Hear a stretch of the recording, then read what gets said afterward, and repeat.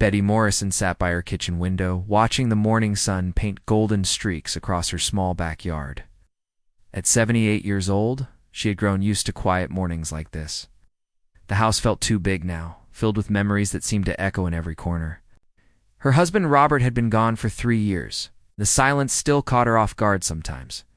The old upright piano in the living room called to her, just like it did every morning. Betty walked over slowly, her fingers tracing the worn, wooden surface.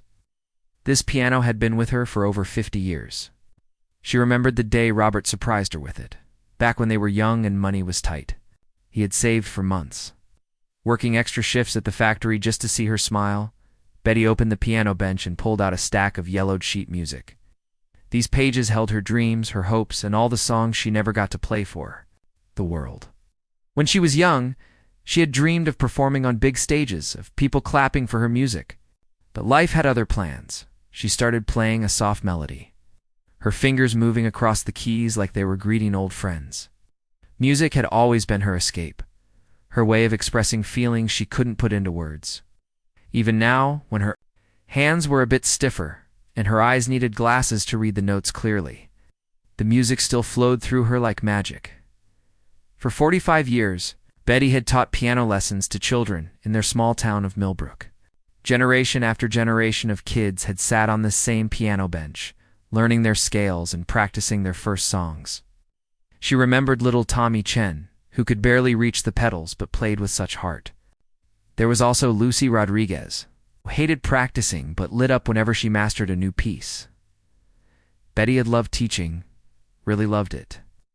But sometimes, late at night, when the house was quiet, she wondered what would have happened if she had chosen differently. What if she had auditioned for that music school in the city all those years ago? What if she had taken that chance to follow her dreams instead of staying in Millbrook to help her aging parents? The truth was, life had needed her here. When her mother got sick, Betty had been the one to care for her. When her father lost his job, she had taken on extra students to help with the bills. When Robert's health started failing, she had been there every step of the way. She didn't regret any of it, but sometimes she felt like her music had been waiting patiently in the background. It's never quite getting its moment to shine. Her children, David and Patricia, lived far away now. David worked in computers in California, always busy with meetings and deadlines. Patricia was a nurse in Chicago, saving lives and raising her own kids.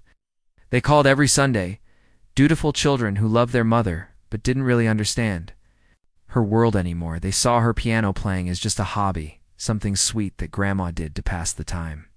They didn't know about the hours she spent perfecting difficult pieces, or how she still dreamed of playing something beautiful for people who would really listen. To them, she was just Mom, getting older, playing her little songs in her little house. Betty's neighbors were kind enough, but most of them didn't share her love for classical music. Mrs. Patterson next door preferred her television shows, and Mr. Williams across the street was always working on his car.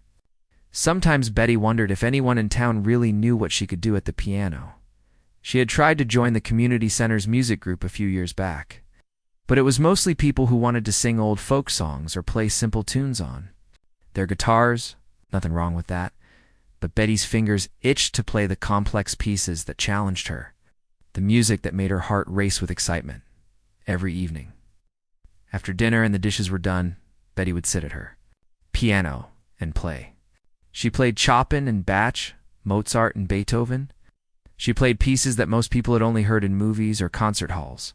Her neighbors probably heard the music drifting through the walls, but they had no idea what they were listening to.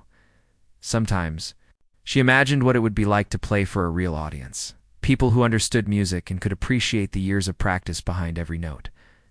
She dreamed of applause, of people standing up because they were moved by what they heard. But at 78, those dreams felt more like fantasies than possibilities. Betty's days had settled into a comfortable routine. Morning coffee, some light housework, grocery shopping on Tuesdays, piano practice in the afternoon, and quiet evenings with a book or a cooking show on television. It wasn't a bad life, just a quiet one. She had her health, a roof over her head, and music to fill the empty spaces. But deep down, Betty still felt like she had more to give. Her fingers were still strong, her memory for music still sharp. Gee, could play pieces that would make people stop and listen. Really listen. She just needed someone to give her that chance.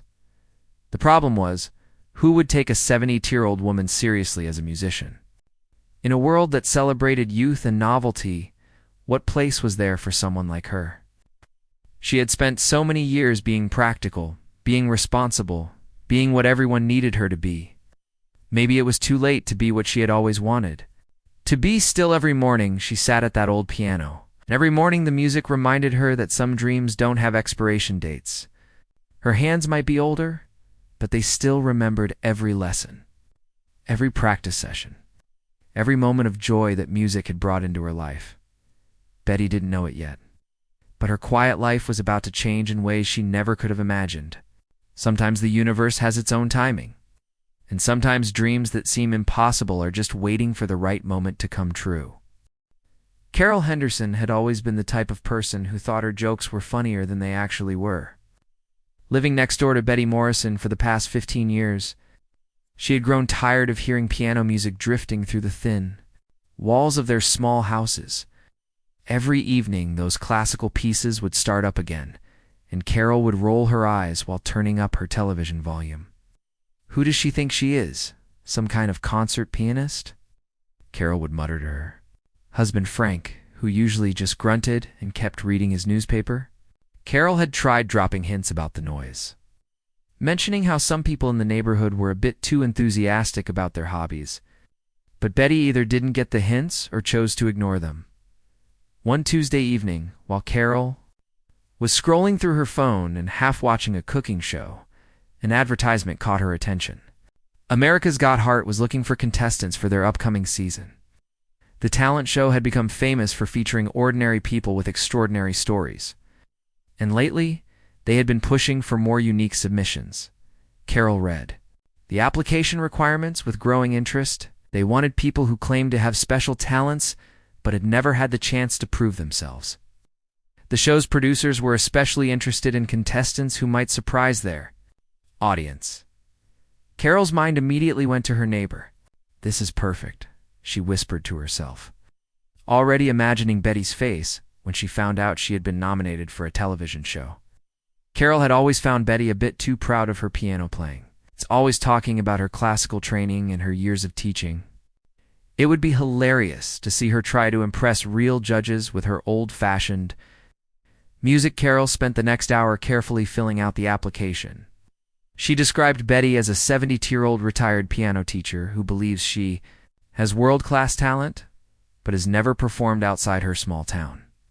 She made sure to mention Betty's age several times, knowing that the producers would find the contrast amusing. An elderly woman thinking she could compete with real musicians. It would make great television. The application asked for a video submission, so Carol got creative. She had recorded Betty playing through her kitchen window a few weeks earlier, originally planning to use it as evidence of noise complaints if needed. Now it served a different purpose. The recording was taken from far away, so you couldn't really hear the music clearly, but it showed Betty at her piano, looking very serious and concentrated, Carol wrote in the application. "Betty Morrison has been telling everyone in our small town that she's a gifted pianist for years. She practices for hours every day and talks about her classical training like she's some kind of professional. I think it would be wonderful to give her the chance to show America what she can really do. She's always said she could have been a concert pianist if life hadn't gotten in the way. It's time to see if that's true." Of course, Carol didn't mention that she had never actually listened carefully to Betty's playing. She had been too busy being annoyed by it to notice whether it was actually good or not. In her mind, an elderly woman in a small town couldn't possibly be as talented as she claimed to be. It was just another case of someone having delusions about their abilities. 2 weeks later, Carol was delighted to receive an email from the show's production team. They were interested in Betty's story and wanted to invite her to audition. The email explained that they were looking for heartwarming stories about people who had given up their dreams for family. And Betty's profile was exactly what they had in mind, but as Carol read further, she began to understand the real reason they were interested. The production assistant's email mentioned that they were putting together a diverse mix of contestants, including some who might provide unexpected moments for their audience. Between the lines, Carol could tell that they saw Betty as a potential source of gentle humor rather than serious talent. "This is going to be even better than I thought," Carol said to Frank, who had learned to tune out his wife's schemes over the years.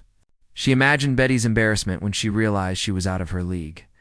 Surrounded by real performers who actually knew what they were doing, the show's producers were indeed looking for exactly what Carol had promised them. In their weekly planning meeting, they discussed Betty's application with obvious amusement.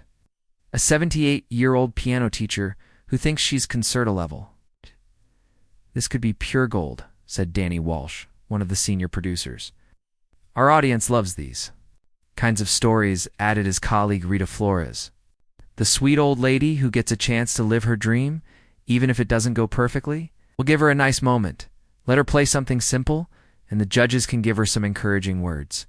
It's feel-good television." Had no intention of being cruel to Betty.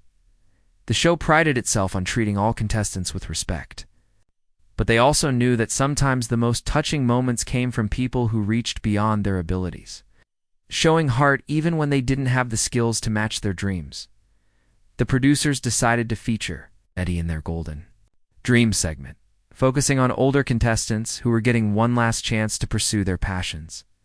They planned to interview her about her teaching career and her love of music, creating a heartwarming story about a woman who had dedicated her life to sharing music with others.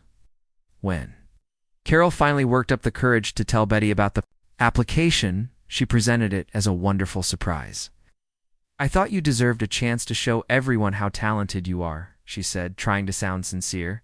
"I've heard you playing for years, and I just knew you had something special." Betty was shocked. She had never imagined that anyone was really paying attention to her music, let alone thinking she was good enough for television. Her first reaction was panic. How could she possibly perform in front of judges and cameras? What would she even play? But as the initial shock wore off, something else began to grow inside Betty. Maybe this was the chance she had been waiting for without even knowing it. Maybe at 78 years old, she could finally show the world what she had been practicing for all these years. Carol watched. Betty's face changed from surprise to something that looked almost like hope, and for the first time, she felt a tiny pang of guilt. But she pushed it away, telling herself that she was giving Betty a wonderful opportunity, even if it didn't turn out exactly as the old woman expected. Neither of them knew that this cruel joke was about to change everything. Betty Morrison woke up at 5 in the morning on the day of the filming. She had barely slept, her mind racing with excitement and terror in equal measure. This was it. After all these years of playing for empty rooms and imaginary audiences, she was finally going to perform for real people who might actually listen. She had chosen her best dress, the navy blue floral pattern that she had worn to church for the past 10 years. It wasn't fancy, but it was clean and pressed, and it made her feel dignified. Betty had always believed that how you presented yourself mattered, especially when you were asking people to take you seriously. Her hands shook slightly as she made her morning coffee. The producers had told her to bring her own sheet music, so she had carefully selected 3 pieces that showed different sides of her playing. There was a gentle batch piece that demonstrated her technical precision, passionate Chopin waltz that showed her emotional range, and a complex Rachmaninoff prelude that would prove she could handle the most challenging classical music. Drive to the studio took 3 hours, and Betty's daughter Patricia had insisted on coming along for support. Patricia meant well, but she kept asking questions that made Betty more nervous. "Are you sure you know what you're getting into, Mom? These shows can be pretty intense. What if the judges are mean to you?" "They won't be mean," Betty said, trying to sound more confident than she felt. "They're looking for talent, and I have something to offer. I've been preparing for this my whole life, even if I didn't know it." When they arrived at the studio, Betty was overwhelmed by the size of everything. The building was enormous, with countless people rushing around carrying clipboards and wearing headsets. She felt very small and very old in this world of bright lights and constant motion. A young production assistant named Kyle greeted them at the entrance. He was friendly enough, but Betty noticed the way his eyes quickly scanned her appearance, taking in her simple dress and practical shoes. She could almost see him making mental notes. Elderly woman, small town, probably not much to see here. Mrs. Morrison. "Welcome to America's Got Heart," Kyle said with the kind of enthusiasm that sounded rehearsed. "We're so excited to have you here today. This is going to be such a fun experience for you." The way he said fun made Betty's stomach tighten. It was the tone people used when they were talking to children or people they didn't take seriously. But she smiled and nodded, following him through the maze of hallways toward the backstage area. The waiting area was filled with other contestants, and Betty immediately felt out of place. There was a young man practicing complicated dance moves, a woman with a guitar who looked like she belonged on a magazine cover, and a group of teenagers rehearsing what sounded like a perfectly choreographed song. Everyone seemed so young, so polished, so professional. Betty found a quiet corner and pulled out her sheet music to review it one more time. She tried to ignore the curious looks from other contestants, the way they seemed to be wondering what an elderly woman was doing there. She focused on the music, letting the familiar notes calm her nerves. "That's interesting music," said a young woman sitting nearby.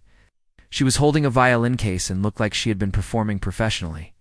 "For years, I don't see a lot of people choosing classical pieces for shows like this. Are you a music teacher or something?"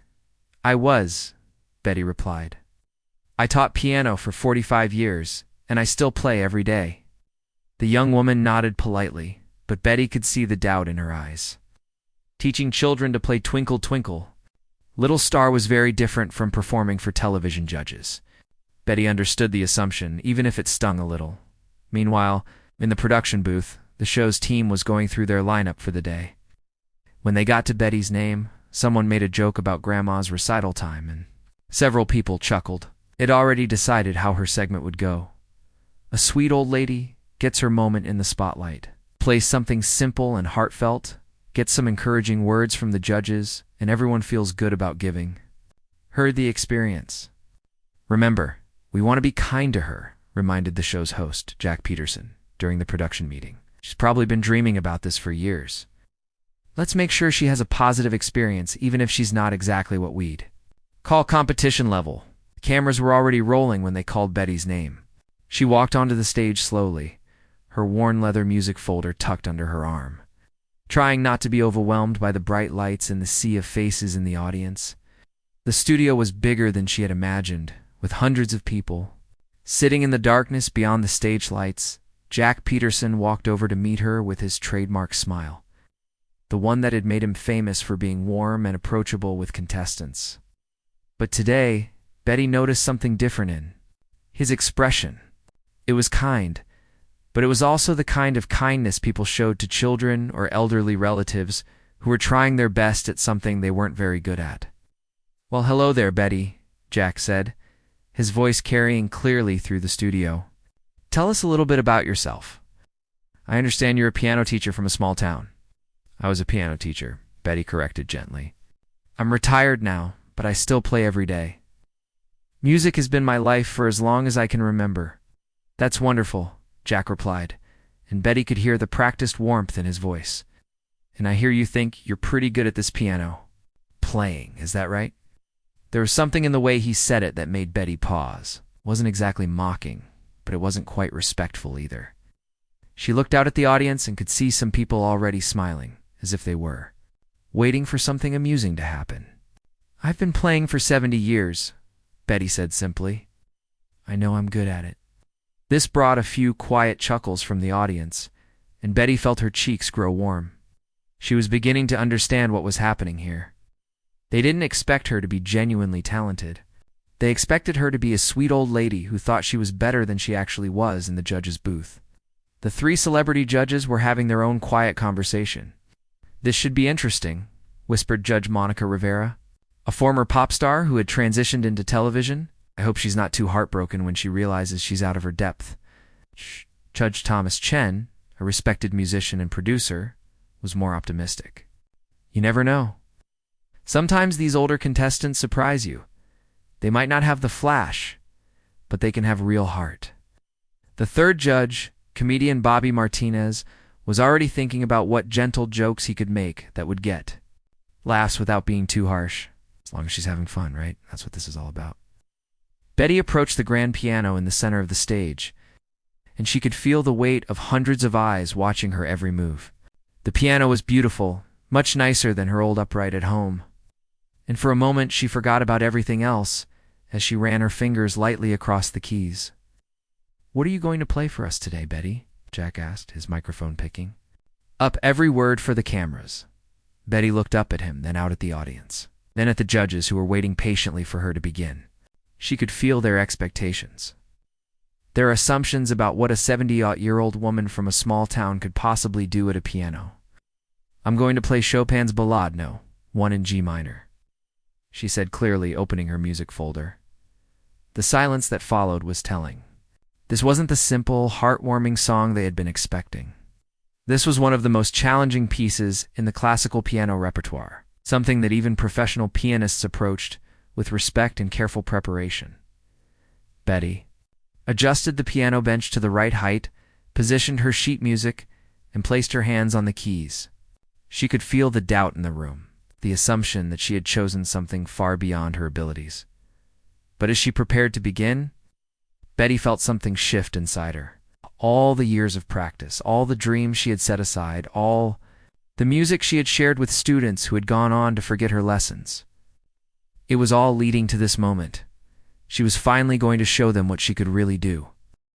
Betty took a deep breath and let her hands rest on the piano keys for just a moment. The studio was completely quiet now.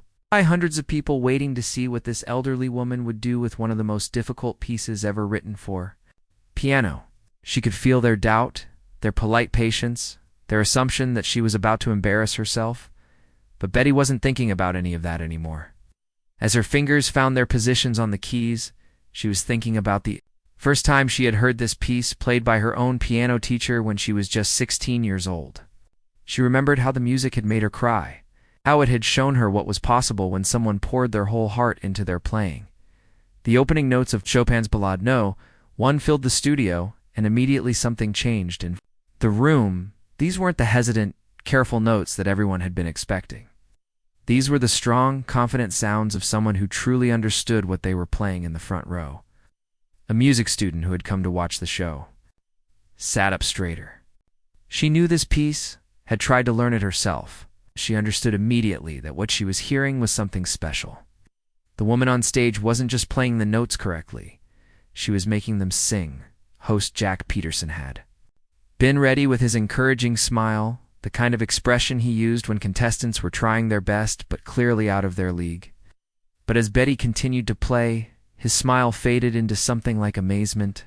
He had hosted this show for 5 years, had heard thousands of performers, and he knew the difference between someone playing music and someone becoming the music.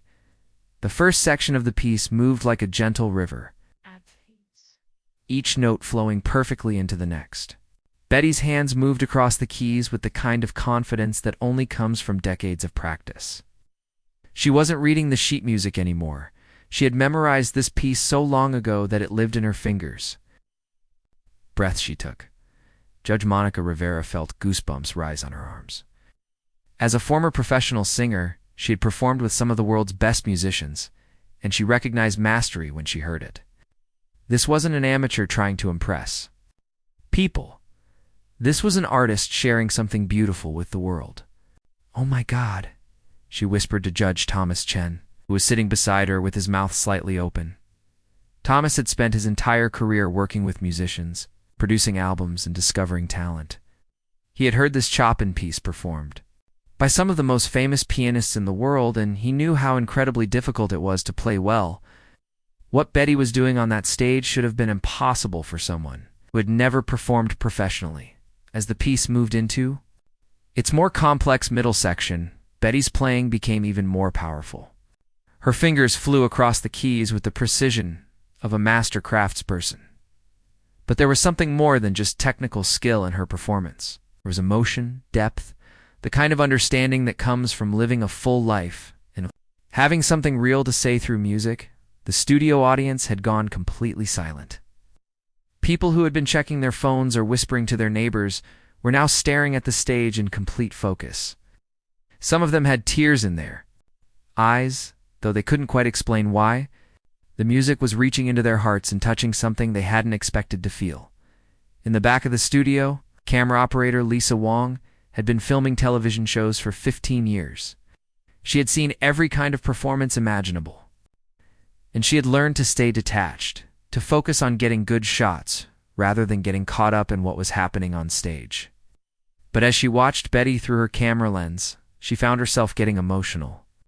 This elderly woman was creating something magical, and Lisa felt honored to be capturing it. The production team in the control booth had gone quiet too.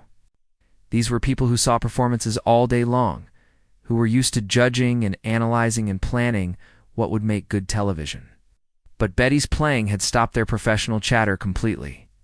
Producer Danny Walsh found himself leaning forward in his chair, forgetting about ratings and audience reactions, just listening to the most beautiful piano playing he had ever heard in person. As Betty reached the climactic section of the piece, her whole body seemed to become part of the music. Her shoulders moved with the rhythm. Her face showed every emotion that Chopin had written into the notes, and her hands commanded the piano like she was conducting an entire orchestra.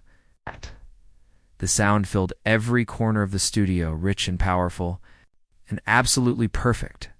Judge Bobby Martinez had been preparing gentle jokes in his mind, ways to make the audience laugh while still being kind to an elderly contestant who was trying her best. But now he sat in stunned silence, all his planned comments forgotten. He was watching something that would change how he thought about talent, about age, about the assumptions people make when they look at someone and think they know what that person is capable of. In the audience, Betty's daughter Patricia was crying. She had heard her mother play at home countless times, but she had never really listened, never understood what she was witnessing. Now, seeing her mother on this stage, commanding the attention of hundreds of people with nothing but her hands and a piano, Patricia finally realized what she had been taking for granted all these years. The piece built to its final, explosive climax, and Betty played every note with the power and passion of someone half her age. But there was something else in her playing, something that could only come from someone who had lived as long as she had, who had experienced joy and loss and everything in between. She wasn't just playing Chopin's music, she was sharing her own story through his notes. As the final chord rang out through the studio, the silence that followed was unlike anything anyone there had ever experienced. For a moment, nobody moved, nobody breathed, nobody even thought about clapping.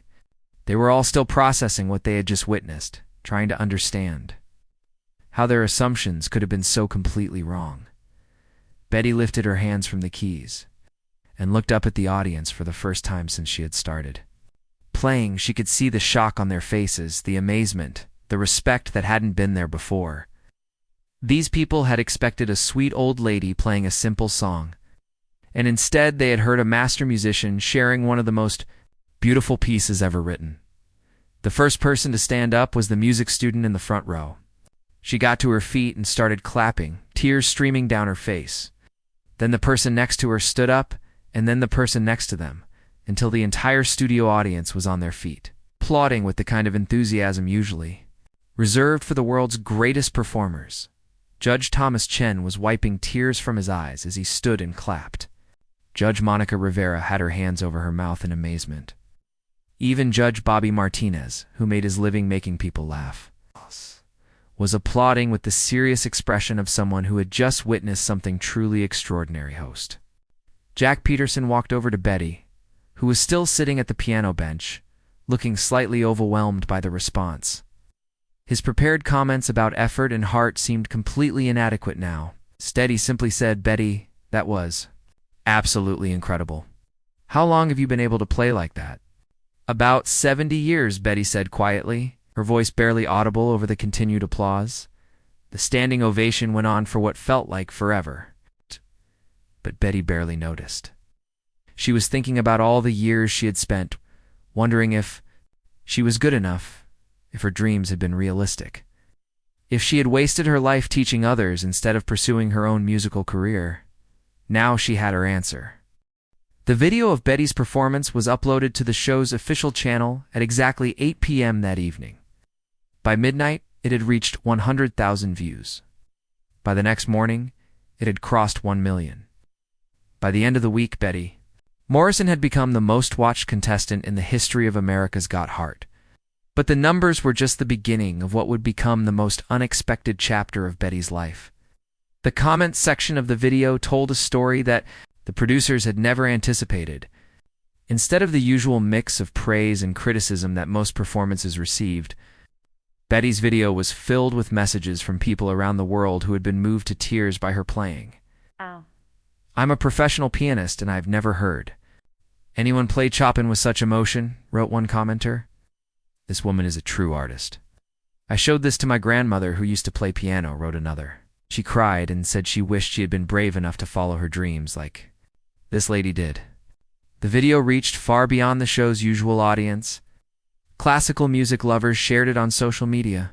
Music teachers showed it to their students. People who had never listened to classical music before found themselves searching for more Chopin pieces after hearing Betty's performance. 3 days after the show aired, Betty's phone started ringing with calls she never could have imagined. The first was from the director of the Metropolitan Arts Center in the state capitol, a prestigious venue that hosted world-class performers. He wanted to know if Betty would consider giving a solo recital in their main concert hall. "I'm sorry. There must be some mistake," Betty said, thinking it was a prank call. "I'm just a retired piano teacher from Millbrook." "Mrs. Morrison," the director replied gently, "I've been working in classical music for 30 years, and what you played on that television show was extraordinary. Our patrons are specifically asking for you. Would you at least consider it?" Betty sat in her kitchen after hanging up the phone, staring at the number she had written down. A real concert hall wanted her to perform. Her? At 78 years old. But that was just the first call. Over the next few days, her phone rang constantly. There were requests from other concert venues, invitations to music festivals, interview requests from newspapers and radio stations.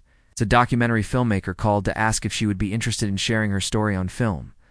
The most surprising call came from her son, David, in California. He had seen the video online, shared by one of his coworkers who didn't even know the connection. "Mom," he said, his voice shaky, "I had no idea. I mean, I knew you played piano, but I never understood. I'm so sorry I never really listened." Daughter Patricia drove up from Chicago the following weekend, and for the first time in years, she asked her mother to play for her. Betty sat at her old upright piano and played the same Chopin piece she had performed on television. This time, Patricia really listened, and when the music ended, she hugged her mother tighter than she had in decades. "I always thought your piano playing was just something you did to pass the time," Patricia admitted through her tears. "I never realized you were this good. I feel like I've been missing out on knowing who you really are." Meanwhile, back in the production offices of America's Got Heart, the team was scrambling to understand what they had captured. The video's success was unlike anything they had experienced before. Producer Danny Walsh found himself watching Betty's performance over and over, each time noticing something new in her playing that he had missed before. "We need to be more careful about our assumptions," he told his team during their next meeting. "We almost missed the most talented person we've ever had on this show because we thought we knew what a 78-year-old woman from a small town would sound like." The show decided to feature Betty's story in a special hour-long documentary about overlooked talent in America. They sent a camera crew to Millbrook to film her daily life and interview people who had known her for years. What they discovered was a town full of people who, like Betty's own children, had never really understood what they had been listening to all these years. "Heard her playing through the walls for 15 years, admitted neighbor Carol Henderson, who looked genuinely remorseful as she spoke to the camera. "I thought it was just noise. I even complained about it sometimes. I feel terrible now, knowing that I was listening to something so beautiful, and I was too stubborn to appreciate it." The documentary team also interviewed some of Betty's former piano students, many of whom were now adults with children of their own. They were amazed to learn that their childhood teacher had become an internet sensation. Several of them admitted that they had stopped playing piano years ago, but seeing Betty's performance had inspired them to return to the instrument. "Mrs. Morrison always told us that music was about expressing our feelings, not just playing the right notes," said one former student. "Thought she was just being a typical teacher back then, but now I understand what she meant. She wasn't just teaching us piano, she was teaching us about life." The concert at the Metropolitan Arts Center sold out within hours of tickets going on sale. Betty had never performed for such a large audience before, and she was terrified. But when she walked onto the stage that night and saw 2,000 people who had come specifically to hear her play, I felt something she had never experienced before. The feeling of being exactly where she belonged. She played a program of Chopin, Bach, and Mozart, pieces she had been perfecting in her living room for decades. The audience listened in complete silence, hanging on every note. When she finished, the standing ovation lasted for 10 minutes, and people were wiping tears from their eyes. After the concert, Betty was approached by a young woman who introduced herself as a music student at the local university. "I was about to quit piano lessons," the student said. "I thought I was too old to start a serious music career at 22. But after seeing what you've accomplished at 78, I realized that it's never too late to pursue what you love." The success of that first concert led to more invitations. Betty found herself traveling to cities she had only read about, playing in concert halls she had only seen in magazines. Each performance was a reminder that talent doesn't have an expiration date, that dreams deferred are not necessarily dreams denied. Music schools began inviting her to give masterclasses, where she shared not just her technical knowledge, but her philosophy about music and life. "Music isn't about impressing people," she would tell her students. "It's about sharing a piece of your soul. The technique is important, but the heart is everything." Betty's story became a symbol of hope for people who felt like they had missed their chance, who thought they were too old or too late to pursue their passions. Her mailbox filled with letters from people around the world who had been inspired to return to abandoned dreams, to dust off forgotten talents, to believe that their best years might still be ahead of them. 1 year after her television appearance, Betty published a memoir titled "It's Never Too Late to Play."